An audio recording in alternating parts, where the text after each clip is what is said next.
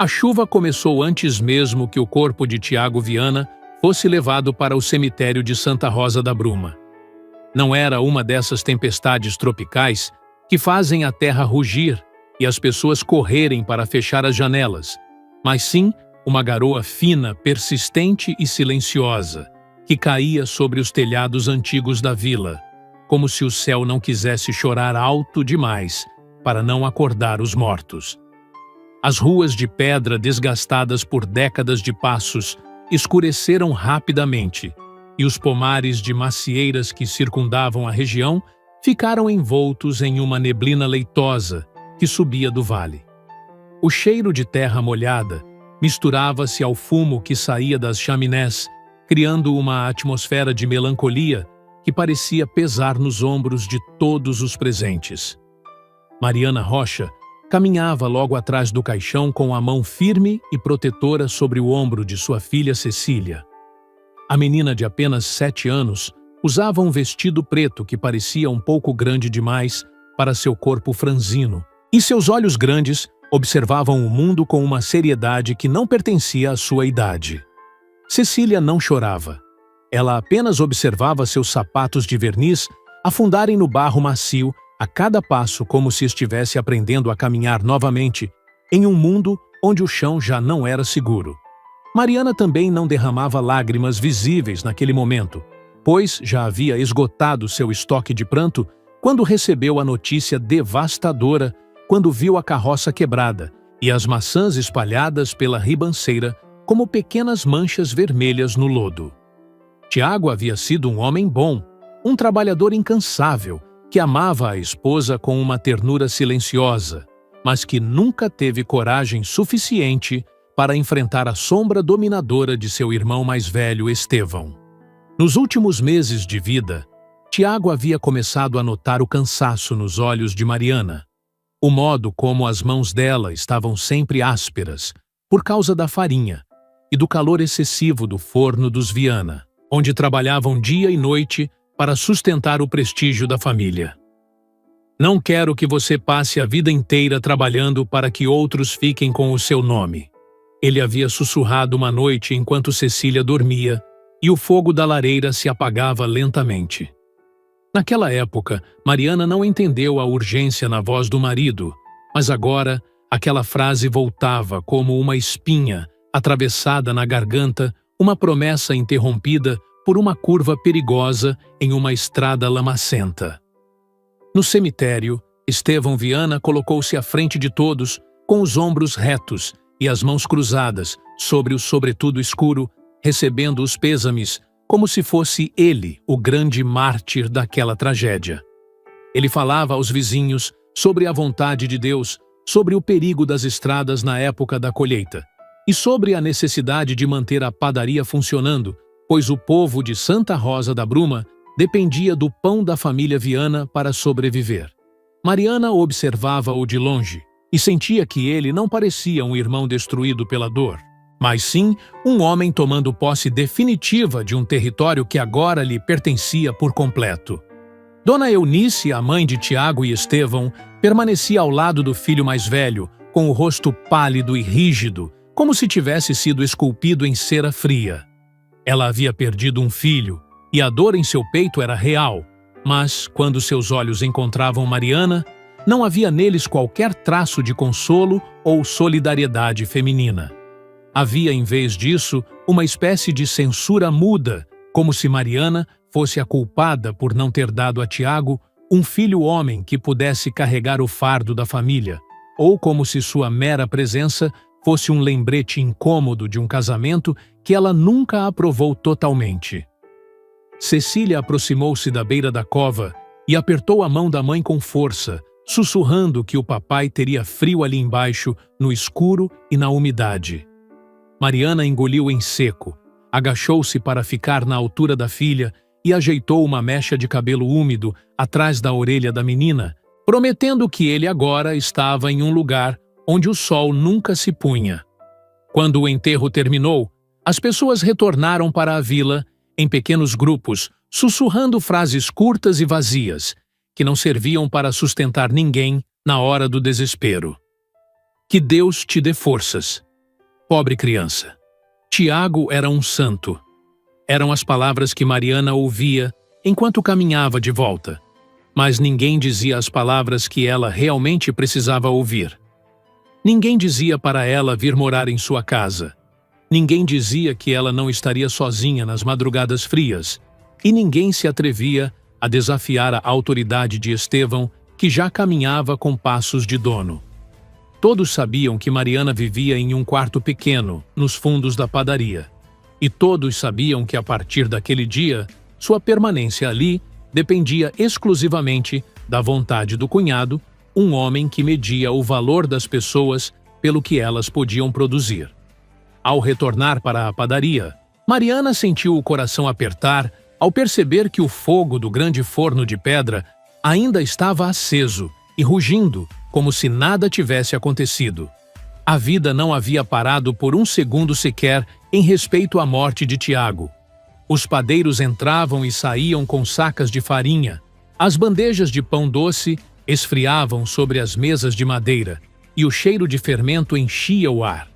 Estevão tirou o sobretudo molhado, pendurou-o no gancho atrás da porta e começou a dar ordens aos gritos, dizendo que era necessário revisar os pedidos pendentes para não falhar com os fregueses. Mariana olhou para ele com incredulidade, pois não haviam passado nem 2 horas desde que a terra cobrira o caixão do irmão, mas o lucro parecia ser a única oração que Estevão conhecia. Dona Eunice entrou na casa principal sem olhar para trás, deixando Mariana e Cecília paradas no pátio, como 2 sombras, que já não faziam parte daquela estrutura. O quarto de Mariana ficava ao final de um corredor estreito e escuro, logo atrás da área onde os sacos de grãos eram armazenados. Era um cômodo minúsculo com uma cama de ferro, um baú de madeira, uma cadeira e uma pequena janela por onde a luz mal entrava. Ali, ela havia vivido desde o dia em que se casou com Tiago. Ali, ela havia dado à luz Cecília em uma noite de vento forte, e ali ela havia remendado camisas e contado moedas em segredo, sonhando com um futuro diferente. Nunca fora uma casa de verdade, mas era o único refúgio que Cecília conhecia, o lugar onde ela se sentia protegida dos olhares severos da avó e da voz estrondosa do tio. Mariana sentou a filha na cama, tirou seus sapatos embarrados e percebeu que os pés da menina estavam gelados como gelo, o que a preocupou mais do que sua própria exaustão. Nina, a pequena cabra que Cecília cuidava desde que nascera, balou tristemente no pátio traseiro, amarrada perto da pilha de lenha, parecendo sentir que o mundo ao seu redor havia mudado de cor. Mariana tentou sorrir para a filha, dizendo que a cabrinha talvez só estivesse com fome, mas o sorriso não alcançou seus olhos e morreu antes mesmo de nascer. Cecília deitou-se sem pedir jantar, o que era o sinal mais claro de que a tristeza havia penetrado em sua alma de forma profunda e silenciosa. Quando a menina finalmente adormeceu, Mariana abriu o baú de Tiago e encontrou uma pequena caixa de madeira que ele usava para guardar pregos e moedas soltas de troco. Dentro da caixa, além de algumas peças de prata, havia um papel dobrado com uma caligrafia trôpega que dizia: "Ainda falta um pouco, mas será seu." E foi ali que Mariana entendeu que o marido realmente estava juntando dinheiro para que ela pudesse ter seu próprio posto no mercado. Estevão Viana não esperou nem o sol raiar na segunda-feira para deixar claro que a caridade não era uma virtude que ele cultivava com frequência em seu coração de pedra. Ele entrou no pequeno quarto de Mariana sem pedir licença, com passos pesados que faziam o assoalho de madeira gemer sob suas botas sujas de lama e farinha. Seus olhos percorreram o ambiente com um desprezo mal disfarçado, parando na cama onde Cecília ainda dormia, abraçada a uma boneca de pano velha e desgastada pelo tempo. Mariana já estava de pé, vestindo seu avental de trabalho com a pequena caixa de Tiago, escondida entre as dobras da saia, sentindo que o ar no cômodo havia se tornado subitamente irrespirável. "Precisamos conversar sobre o futuro deste espaço", disse Estevão, Com uma voz fria que não carregava qualquer vestígio de luto ou compaixão pela viúva do próprio irmão.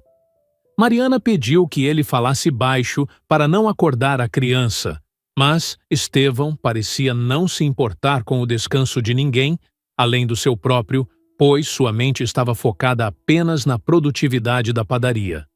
Ele explicou que, com a morte de Tiago, o trabalho precisaria ser reorganizado e que aquele quarto seria transformado em um depósito para o armazenamento do café que ele pretendia começar a revender.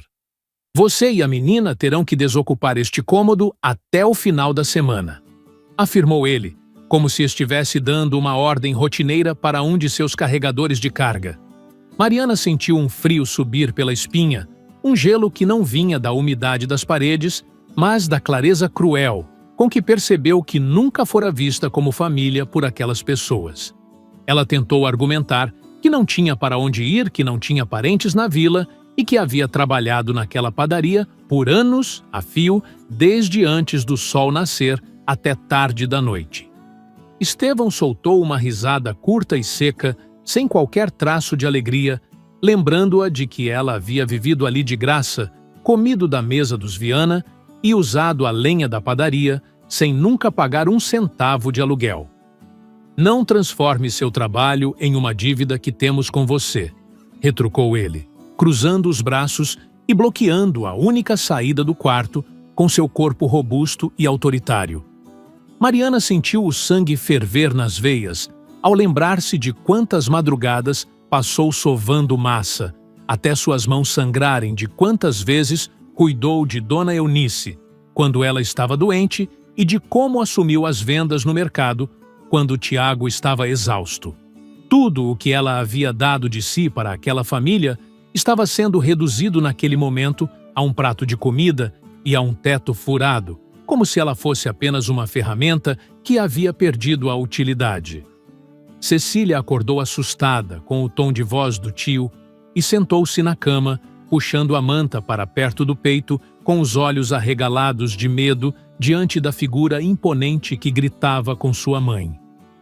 Mariana tentou aproximar-se da filha, mas Estevão continuou seu monólogo cruel, dizendo que a padaria não podia carregar o fardo de sustentar duas bocas extras, que só serviam para chorar nos cantos. Foi então que Dona Eunice apareceu no batente da porta, com o rosto marcado pela idade, e por uma amargura que parecia ter se tornado sua única companhia desde o enterro do filho caçula. Mariana olhou para a sogra, esperando encontrar um resquício de solidariedade, uma lembrança dos dias em que as duas cozinhavam juntas, mas encontrou apenas um olhar vazio e distante. "Perdi meu filho predileto", disse a velha com uma voz arrastada. "Não me peça para carregar também o peso da sua derrota, debaixo do meu teto." A crueldade das palavras de Dona Eunice atingiu Mariana com mais força do que qualquer bofetada, pois vinha de uma mulher que também era mãe e que vira Cecília crescer nos corredores daquela casa. Mariana lembrou à sogra de que a menina era sua neta sangue do seu sangue, mas Estevão interveio rapidamente, dizendo que se Tiago tivesse deixado um filho homem, a conversa seria completamente diferente. Na visão distorcida de Estevão e de sua mãe, uma menina de 7 anos não era uma continuação da família, mas sim um erro do destino, uma falta de herdeiro que justificava o descarte da viúva. O silêncio que se seguiu foi pesado e sufocante, interrompido apenas pelo soluço contido de Cecília, que entendia o suficiente para saber que sua existência era vista como uma falha aos olhos daqueles adultos amargos. Mariana respirou fundo, colocou-se à frente da filha como um escudo humano e perguntou quanto tempo elas realmente tinham para sair tentando manter a dignidade, enquanto seu mundo desmoronava.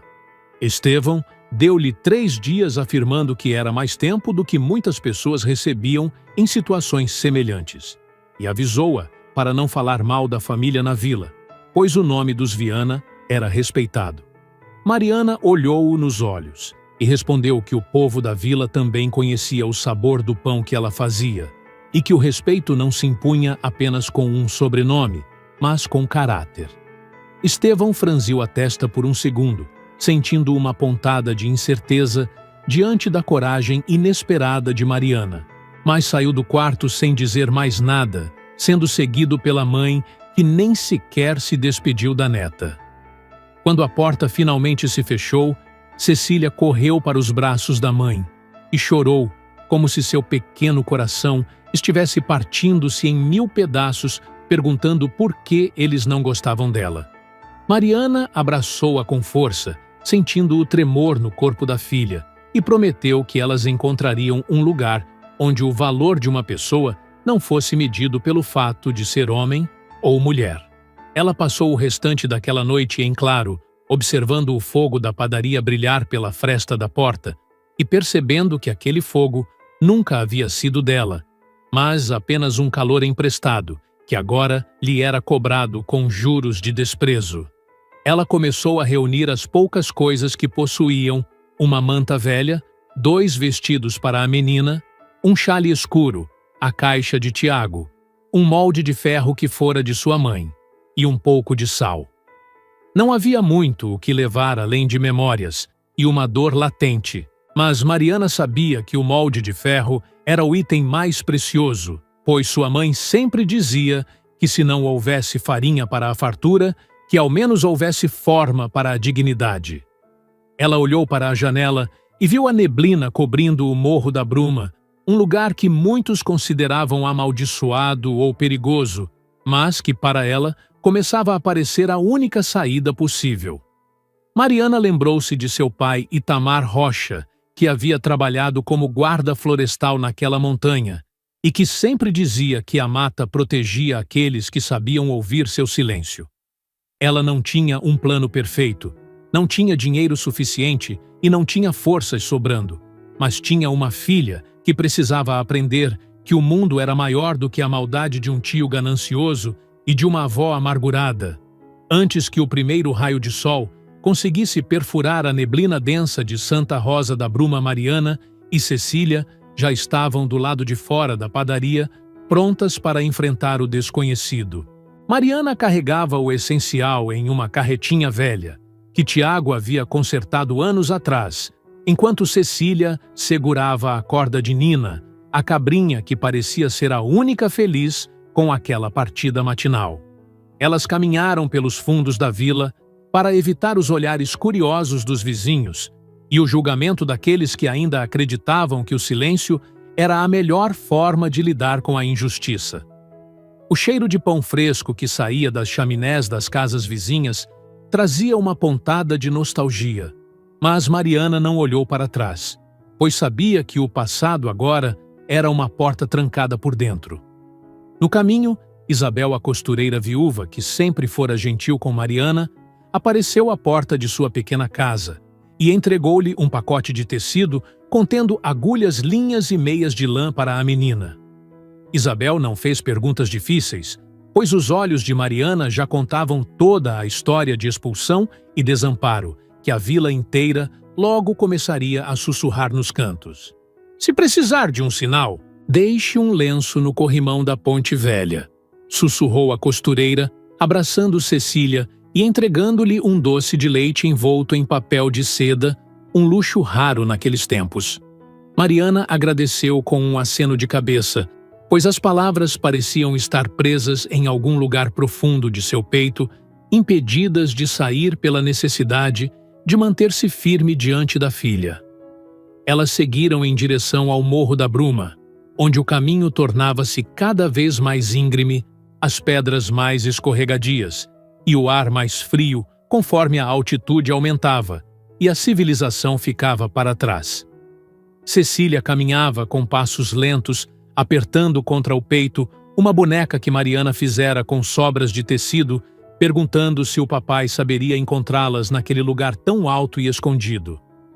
"O papai conhece cada árvore deste morro, meu amor", respondeu Mariana, tentando dar à voz uma confiança que ela mesma não sentia plenamente, enquanto seus pulmões queimavam pelo esforço da subida.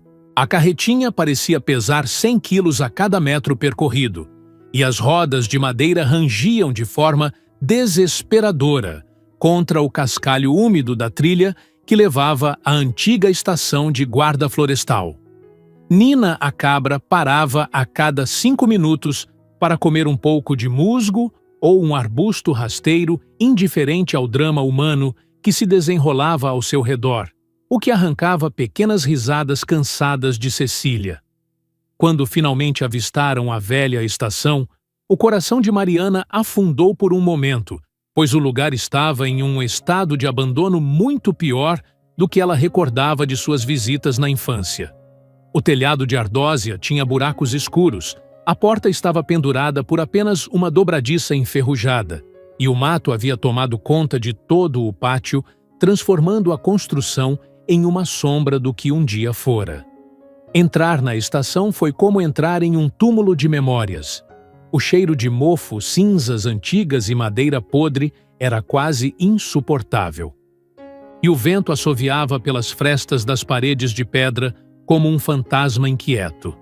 Cecília ficou parada na entrada segurando a corda de Nina com força e perguntou com a voz trêmula se elas realmente dormiriam naquele lugar que parecia estar doente de solidão. Mariana não se deixou abater e começou imediatamente a limpar o centro do cômodo principal, usando um galho seco para varrer as folhas mortas e os restos de ninhos de pássaros que ocupavam as vigas.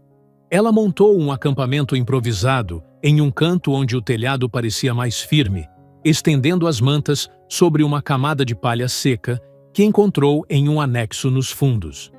Com muito esforço, conseguiu acender um fogo pequeno na lareira de pedra, usando a pouca lenha seca que havia guardado na carretinha, e o brilho das chamas trouxe uma vida súbita e alaranjada para as paredes cinzentas. Aquela primeira noite no Morro da Bruma foi um teste de resistência para Mariana, que permaneceu acordada enquanto Cecília dormia um sono inquieto, assustada com os ruídos da floresta, que pareciam vozes chamando do escuro. O som do riacho que corria por perto era a única coisa familiar, lembrando-a dos dias em que seu pai Itamar a levava para pescar e lhe ensinava que a montanha tinha seu próprio ritmo de cura.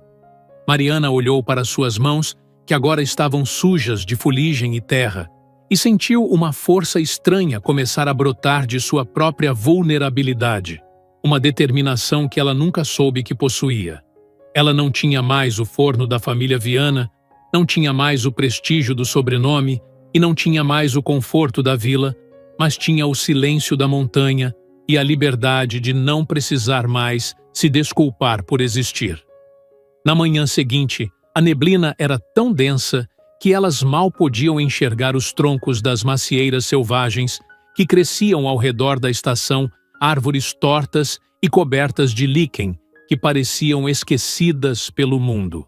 Mariana percebeu que precisaria de muito mais do que apenas coragem para sobreviver ali.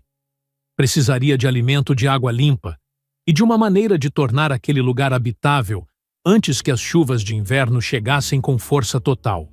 Cecília ajudava como podia, recolhendo gravetos secos e conversando com Nina, que parecia ter assumido o papel de guardiã do novo território, balando para qualquer sombra que se movesse entre as árvores. Mariana começou a consertar a porta, usando tiras de couro e pregos velhos que encontrou em uma caixa de ferramentas enferrujada que pertencera ao seu pai, sentindo que cada martelada era uma afirmação de sua permanência. Enquanto trabalhava, Mariana encontrou um pequeno monte de pedras empilhadas de forma incomum perto do pomar, e ao remover a camada de musgo, descobriu uma inscrição feita à mão pelo pai décadas atrás, para quem souber ouvir. Aquela mensagem simples deu-lhe um novo fôlego, como se Itamar ainda estivesse ali, guiando seus passos através do tempo e ensinando-lhe que a terra sempre oferece algo para quem tem paciência para observar. Ela notou que as maçãs selvagens, embora pequenas e ácidas, estavam carregadas de um aroma intenso e que, se fossem preparadas da maneira correta, poderiam se tornar a base de algo valioso. Mariana decidiu que não morreria de fome nem de tristeza. Ela usaria o que a montanha lhe dava para reconstruir sua dignidade, pedaço por pedaço, pão por pão, até que seu nome fosse ouvido novamente no vale, mas, desta vez, por mérito próprio. O dia terminou com uma chuva fina, voltando a cair sobre o telhado. Mas desta vez, Mariana não sentiu medo, pois havia conseguido tapar os maiores buracos com lonas e tábuas de madeira.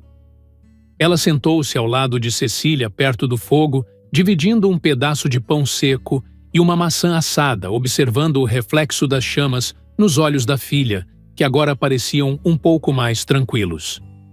"Amanhã vamos começar a limpar o pomar", disse Mariana, e a promessa de trabalho para o dia seguinte era naquele momento a oração mais poderosa que ela poderia fazer. Elas estavam sozinhas, estavam com frio e estavam cansadas, mas o Morro da Bruma já não parecia um exílio, e sim um recomeço que cheirava a terra fértil e a fumaça de carvalho. Os primeiros raios de sol daquela semana trouxeram consigo um visitante inesperado, que mudaria o rumo da vida de Mariana e Cecília no Morro da Bruma, de uma forma que elas nunca poderiam ter previsto. Enquanto Mariana tentava consertar uma goteira persistente na cozinha, um homem idoso de barba longa e grisalha apareceu no limite do pátio, apoiado em um cajado de madeira de jacarandá que parecia ser uma extensão de seu próprio corpo. Seu nome era Maurício, um antigo pastor que vivia em uma cabana ainda mais alta na montanha e que conhecia cada trilha e cada segredo daquela região desde que o mundo era muito mais jovem e selvagem.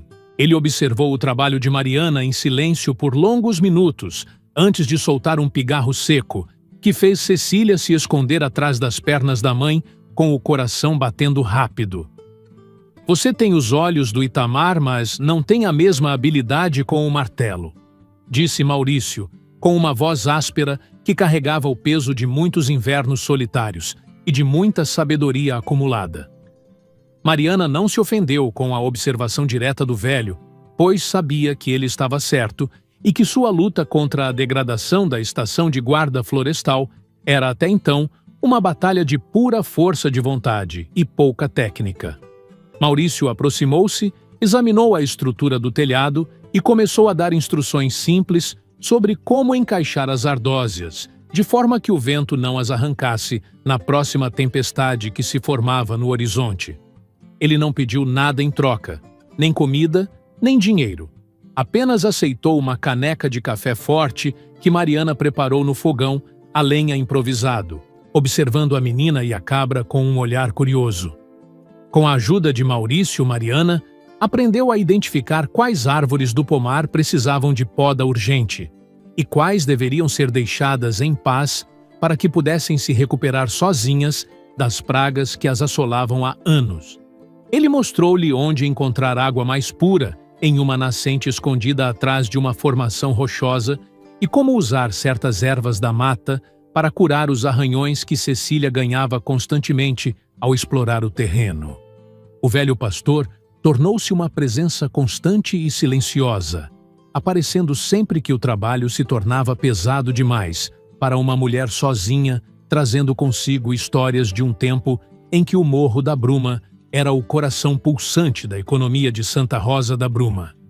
Mariana ouvia com atenção, percebendo que a montanha não era um lugar de escassez, mas de uma abundância diferente, uma riqueza que exigia respeito e paciência para ser colhida e transformada em algo útil. Foi durante uma dessas tardes de trabalho intenso que Mariana decidiu testar o pequeno forno de pedra, que havia limpado com tanto esmero usando a farinha que Isabel lhe dera e as maçãs que Cecília colhera no pomar. Ela preparou uma massa simples, sovando-a com uma dedicação que era quase uma prece, e recheou-a com fatias finas das frutas selvagens que haviam sido cozidas lentamente com um toque de mel que Maurício trouxera de suas colmeias. O cheiro que começou a emanar da chaminé da estação era algo celestial, um perfume que misturava a doçura da maçã com o aroma amadeirado da lenha de bracatinga, atraindo até os pássaros para as vigas do telhado. Cecília esperava ansiosamente diante da portinhola do forno, observando a massa crescer e dourar, enquanto Nina balava do lado de fora, parecendo compartilhar da expectativa geral pela primeira fornada. Quando Mariana finalmente retirou o primeiro pão, o silêncio que se seguiu foi preenchido apenas pelo som da crosta estalando ao esfriar, revelando uma textura que ela nunca conseguira alcançar nos anos de trabalho na padaria dos Viana.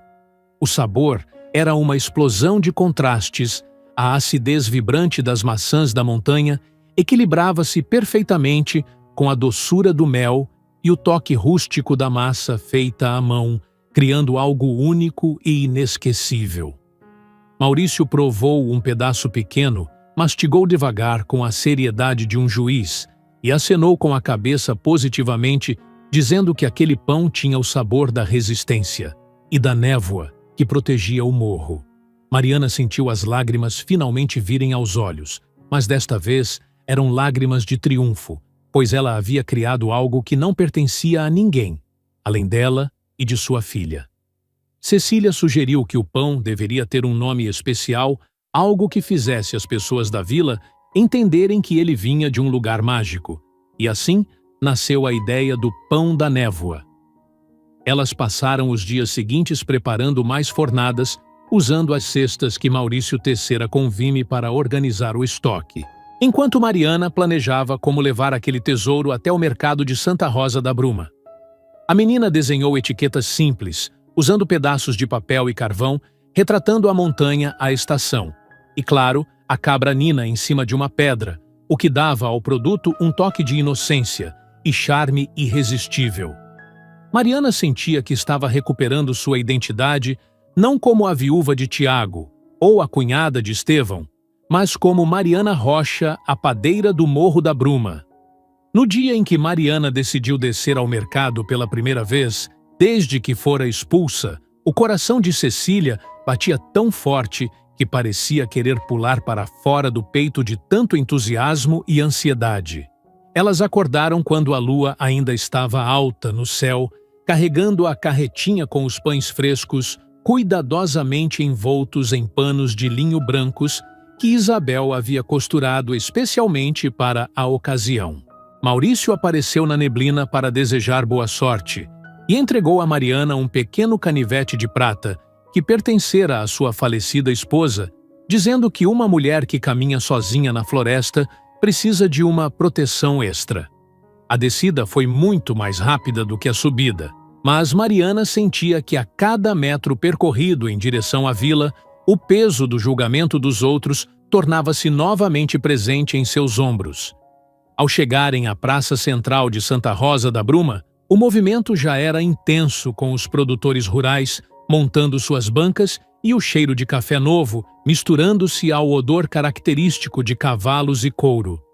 Mariana escolheu um canto discreto, longe da banca imponente e central da padaria dos Viana, e montou sua pequena exposição sobre uma mesa de madeira velha que Isabel lhe emprestara para o dia.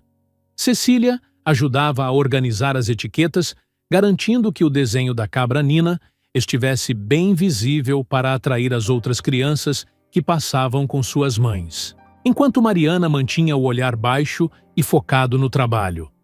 Não demorou muito para que o aroma do pão da névoa começasse a serpentear entre os corredores do mercado, despertando a curiosidade de pessoas que nunca haviam sentido nada parecido vindo daquelas montanhas. A primeira cliente foi Dona Mercedes, uma senhora de idade avançada que vendia ovos e que sempre fora conhecida por ter o paladar mais exigente da região e por não ter travas na língua.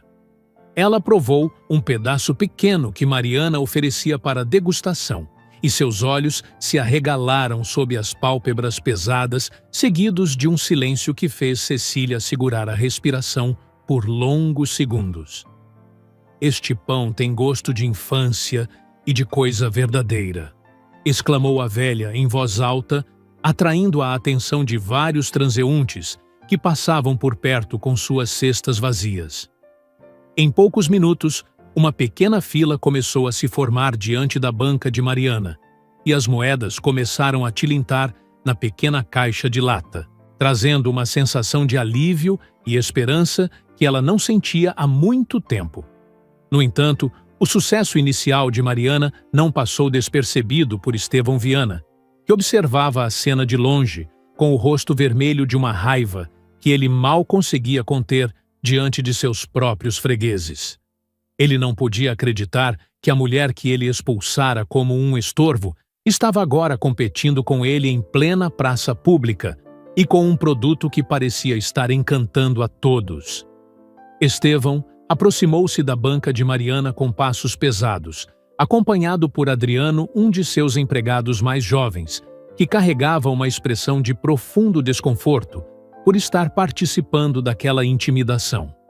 Ele parou diante da mesa, olhou para os pães com desprezo e disse em voz alta que ninguém deveria confiar em comida feita em uma estação abandonada por uma mulher sem recursos. Mariana não se encolheu desta vez. Ela levantou o rosto, olhou diretamente nos olhos do cunhado e respondeu que o fogo da montanha era tão limpo quanto o de qualquer padaria de luxo e que o povo não era bobo. As pessoas sabem distinguir o pão que é feito com amor do pão que é feito apenas por ganância, Estevão, afirmou ela com uma calma que parecia desarmar a agressividade dele. Cecília, vendo a coragem da mãe, entregou uma etiqueta ao Adriano, que a guardou no bolso com um aceno rápido antes de ser puxado pelo patrão, que saiu bufando entre xingamentos e ameaças veladas. A vila inteira testemunhou aquele confronto silencioso e a semente de uma nova percepção sobre Mariana Rocha começou a germinar no coração daqueles que antes apenas sentiam pena. Ao final do dia, Mariana e Cecília retornaram ao Morro da Bruma, com a carretinha vazia de pães, mas cheia de suprimentos essenciais, que haviam comprado com o lucro das vendas, querosene, sal, um pouco de banha, e até um par de sapatos novos para a menina. A subida foi comemorada com canções que o pai de Mariana costumava cantar, e até Nina parecia mais animada, saltando entre as pedras, como se soubesse que elas haviam vencido a primeira grande batalha de sua nova vida. Mariana sentia que a estação de guarda florestal estava se transformando em um verdadeiro lar. Um lugar onde a dignidade não dependia da aprovação de terceiros, mas da qualidade do que elas produziam com as próprias mãos. Elas jantaram à luz de velas, contando as moedas e fazendo planos para aumentar a produção, sentindo que o Morro da Bruma as havia acolhido definitivamente em seu abraço de neblina e mistério. Isabel, a costureira, subiu até a estação no final daquela tarde para trazer notícias da vila e para ajudar Mariana a organizar as encomendas que já começavam a surgir por meio de recados deixados na Ponte Velha. Ela contou que Estevão estava furioso e que Dona Eunice havia passado o dia inteiro trancada em casa, mas que o povo só falava na coragem de Mariana e na doçura de Cecília.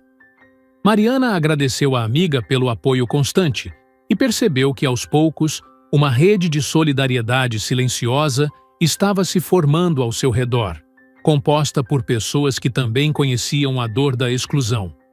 Ela adormeceu naquela noite com o caderno de seu pai, Itamar, sobre o peito, sentindo que a história da família Rocha estava começando a ser escrita novamente, com letras de fogo e aroma de maçãs silvestres.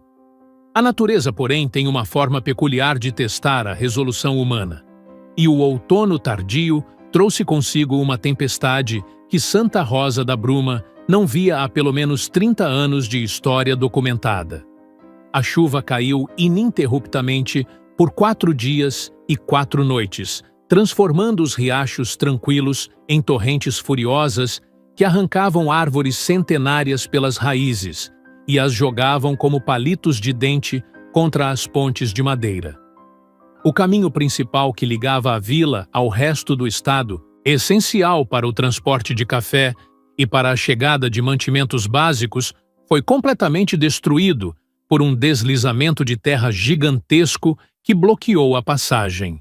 A vila ficou isolada.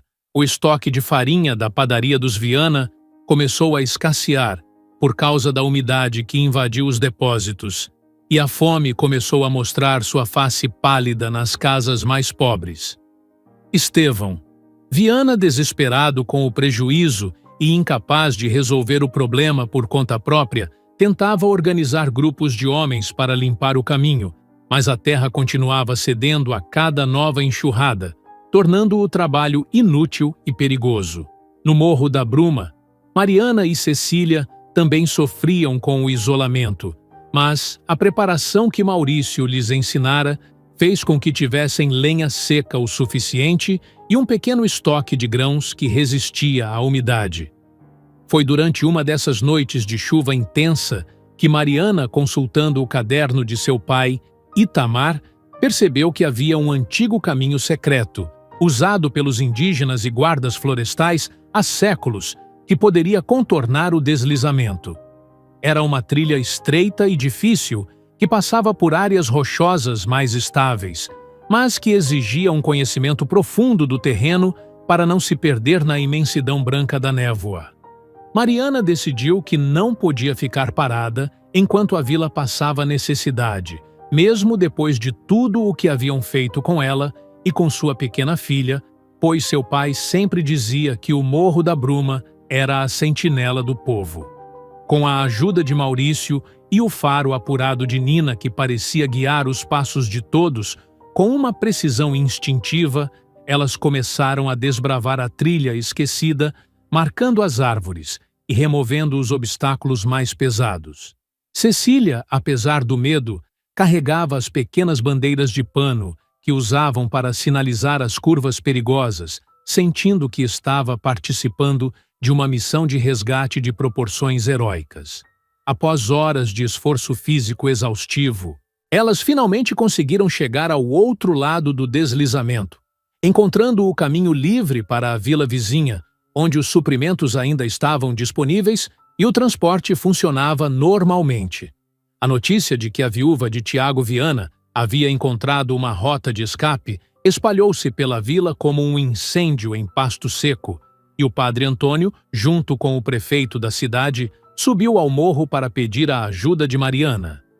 Estevão foi obrigado a testemunhar a cena rangendo os dentes de ódio, enquanto via as autoridades locais tratando Mariana com o respeito e a deferência que ele sempre achou que eram exclusivos de sua linhagem. Mariana não se vangloriou da situação.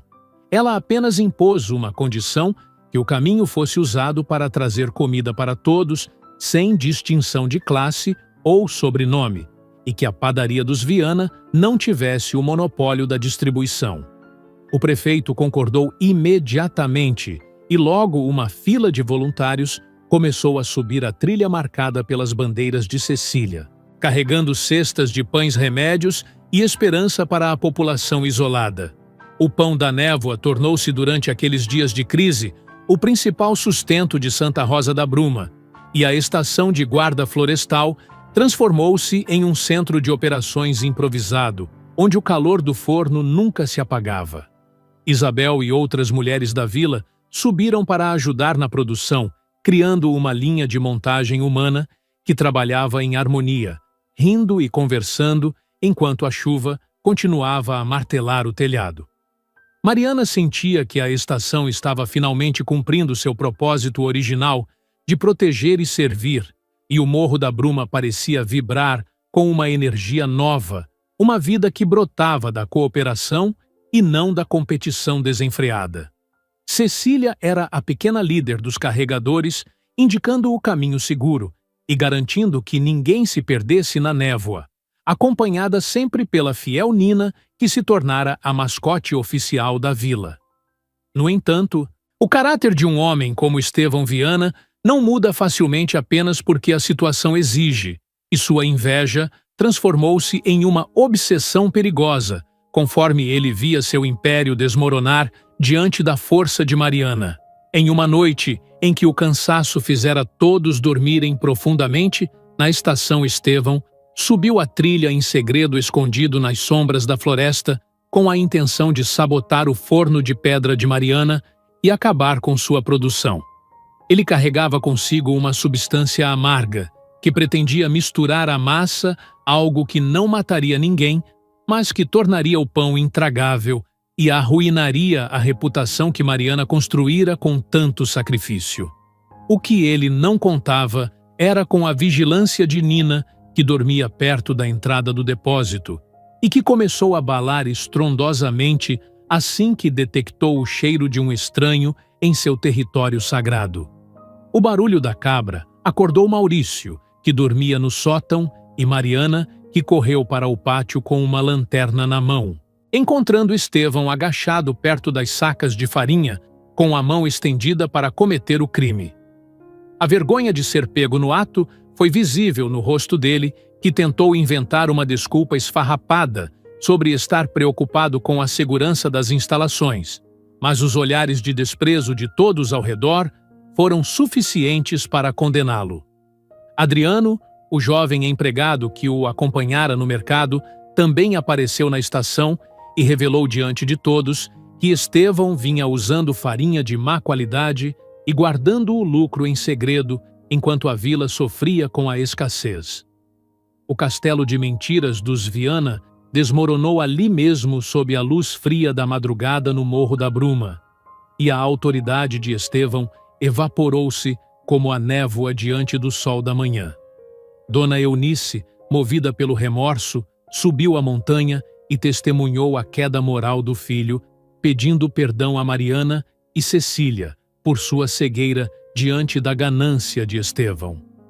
Mariana não sentiu vingança, apenas alívio ao ver a verdade revelada, e sua filha finalmente livre do peso da rejeição. A vila de Santa Rosa da Bruma começou a se reconstruir com base na transparência e no respeito, enquanto Mariana assumia naturalmente a liderança. Com o retorno do sol, mãe e filha contemplaram o vale sendo reaberto, conscientes de que haviam vencido não só a tempestade, mas também o preconceito e a injustiça. Sua história tornou-se uma lenda regional, símbolo de coragem e esperança, enquanto Cecília crescia, valorizando o caráter acima de qualquer herança, e até a cabra Nina permanecia como um lembrete da força escondida nas coisas simples. Com o passar do tempo, Mariana compreendeu que a maior vitória não era material, mas a paz interior conquistada através da resiliência. Aprendeu que a dor pode ser transformada em algo que nutre o mundo e que nunca é tarde para reescrever a própria história. Sua filosofia de vida refletida, até no preparo do pão, ensinava paciência, coragem e equilíbrio. E, mostrando que o isolamento pode fortalecer a alma. Sua trajetória tornou-se um exemplo de dignidade, lembrando que a verdadeira riqueza está na honestidade e nas conexões humanas.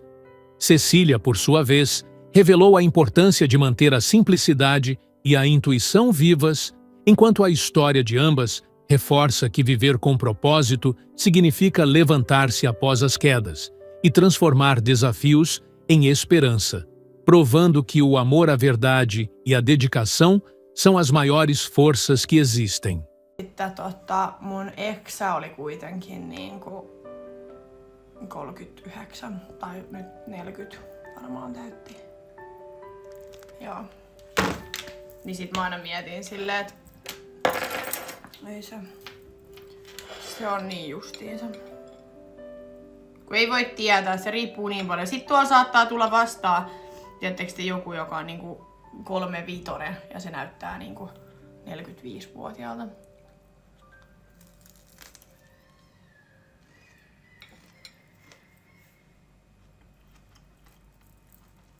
Lokit. Mä kuulin. Jumalauta. Oi vittu. Mut joo, semmoista ei mulla oikein.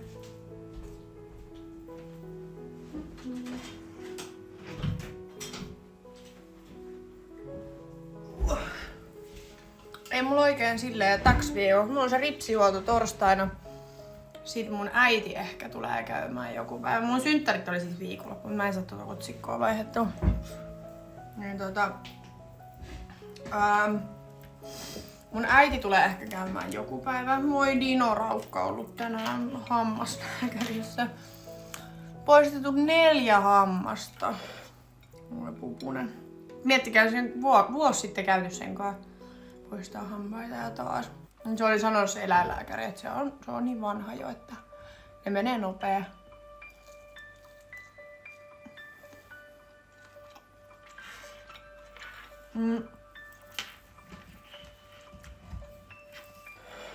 Aha, ei sit onne joo. Sori, mä en saa sitä otsikkoa vaihdettua.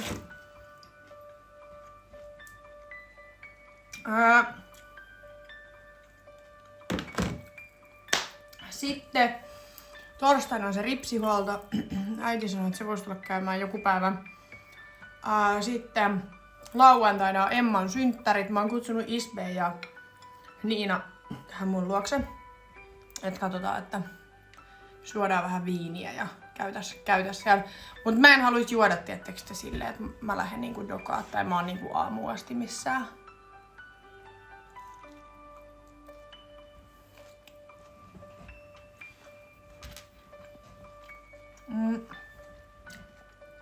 Mulla tuli eilen Hiismäis, jonka profiili lukee, että mun ikäinen naama näyttää siis 15 vuotta vanhemman. Joo, toi on kyllä. Siis sä et voi oikeasti ikinä tietää ihmisestä. Ja musta on välillä järkyttävää. Tosi monet ulkomaalaistaustaiset esimerkiksi näyttää mun mielestä paljon vanhemmilta. Koska musta tuntuu, että suomalaiset on tosi nuoren näköisiä. Tai voi olla myös muitakin maalaisia, mutta nyt mä puhun vaan siitä, mitä mä oon niinku huomannut. Mut sit saattaa tulla joku ulkomaalaistaustainen, tosi tummapiirteinen tai näin. Ja se on silleen, että se on vaikka niinku 31 ja se näyttää 45-vuotiaalta ja sä oot silleen... Hetkunen.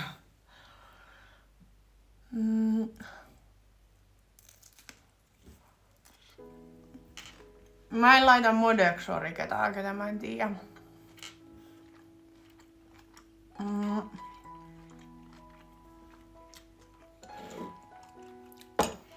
Deittailen Suomessa myös suomalaisia. Mulla ei oo siis mitään semmoista, että sun pitää olla ulkomaalainen tai sun pitää olla tietyn ikäinen tai mulla ei oo siis mitään semmoista, että pitää olla jotain. Ei. Ihan täysin riippuu. Mä vaan oon huomannut silleen, että no jotenkin musta tuntuu helpommalta deittailla ulkomaalaisia. Okei, myös sen takia, että mä voin puhua sit tänne niistä paljon vapaammin. Mut jotenkin en mä tiedä onko mulla tullut tässä kauheasti semmosia suomalaisia, ketä mua niinku kiinnostaisi. Totta kai jos tulee joku suomalainen, niin mulla ei ole mitään semmoista, että mä en voi nyt deittailla sua, koska sä oot suomalainen. Ei todellakaan. No.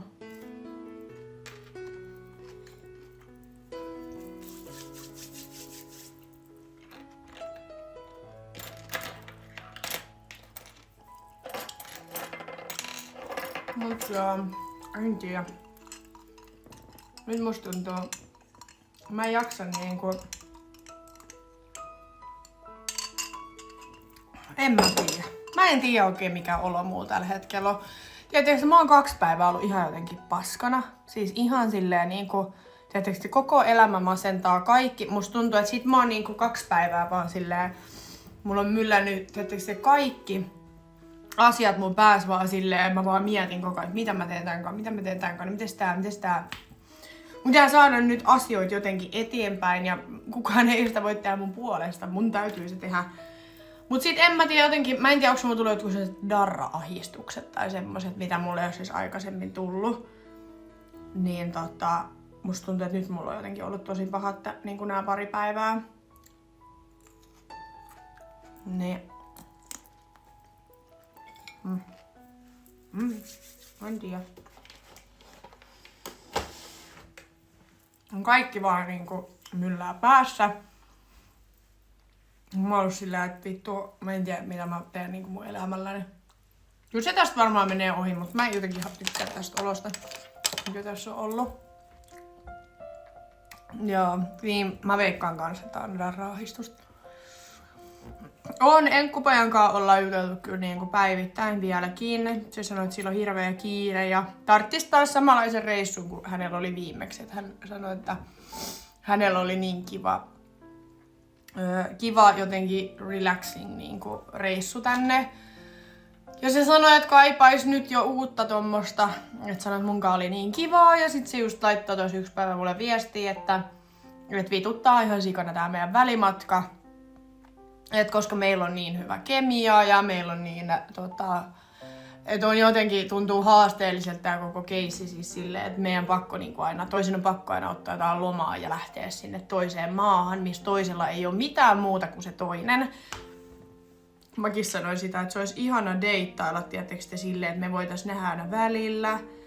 Tiettekö te silloin tällöin vaikka pari kertaa viikossa tehdä jotain yhdessä, niin se olisi ihan eri, mutta on ärsyttävää, että se on niinku lentää toiseen maahan ja sit sä lennät sinne, niin sit sä oot siellä toisen armoilla vaan. Kun ei sulla oo silleen niinku elämää siellä tai semmoista, tiedättekö?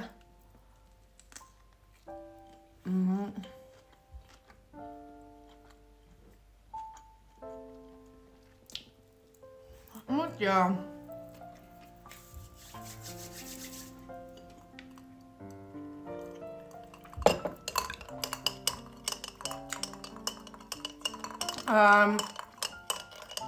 Et kyllä se niinku tossa vähän sanoi, että käytännössä meissäkin voisi olla niin sanotusti chanssi, jos me asuttais vaan lähekkäimmin. Että sit se laittoi tos. Me ei puhuttu pariin päivää, kun se lähti. Ja sitten mä laitoin sille jotain ääniviestiä, niin sit se laittoi vaan, että kauhea ikävä tuli, kun se kuuli mun äänen, että ihana kuulla mun ääniä.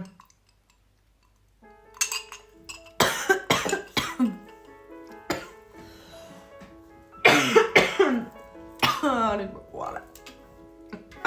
Hyvästi.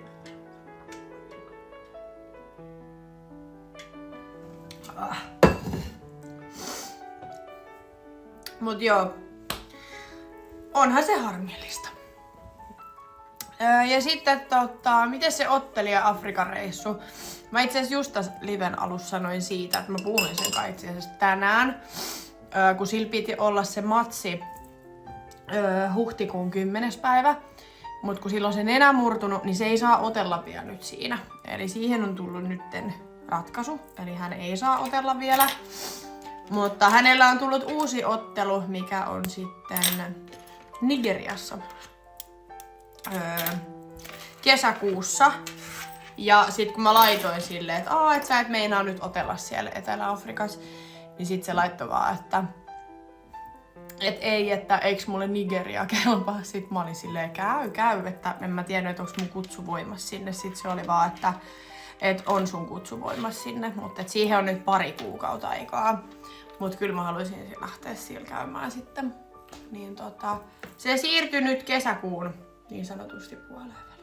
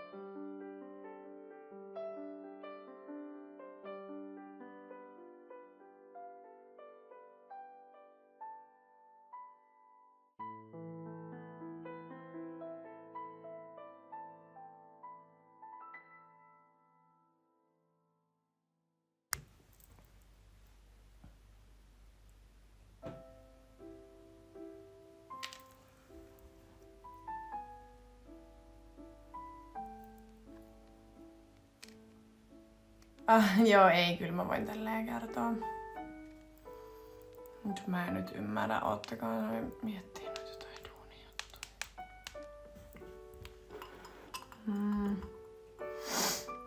Olisikohan se... Shit.